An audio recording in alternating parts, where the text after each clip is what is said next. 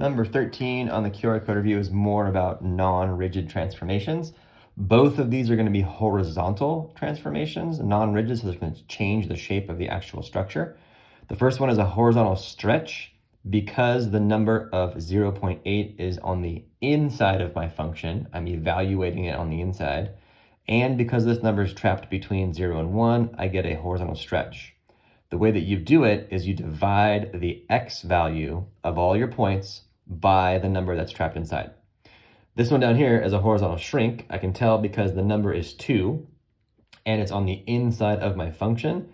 Since that number 2 is bigger than 1, it's going to result in a horizontal shrink. And the way that you do it, again, is you divide the x values by the number that's inside your function. So in this case, that would be a value of 2. So let's go ahead and do that. I've already worked out some of these things beforehand to make the video a little faster. So instead of negative 6, 0, I'm going to take the x value of negative 6. I'm going to divide that by 0.8. And if you do, you would get negative 7.5. So this is going to move out to here. This is the point 0.02 when the x value of 0, 0 divided by anything is still 0. So that's actually not going to move. So that's going to stay right there. Here's the point 2. The x coordinate is 2. So if I take 2 and divide that by 0.8, you would actually get 2.5. So 2.5 comma 6 is going to be here-ish.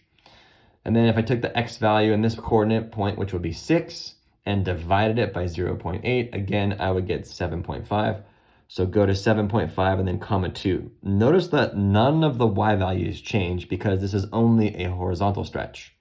So doing my best to draw that here, it would kind of look like this if I was a really good artist, but as you guys all know, I'm an art school dropout. So anyways, that's what it would look like.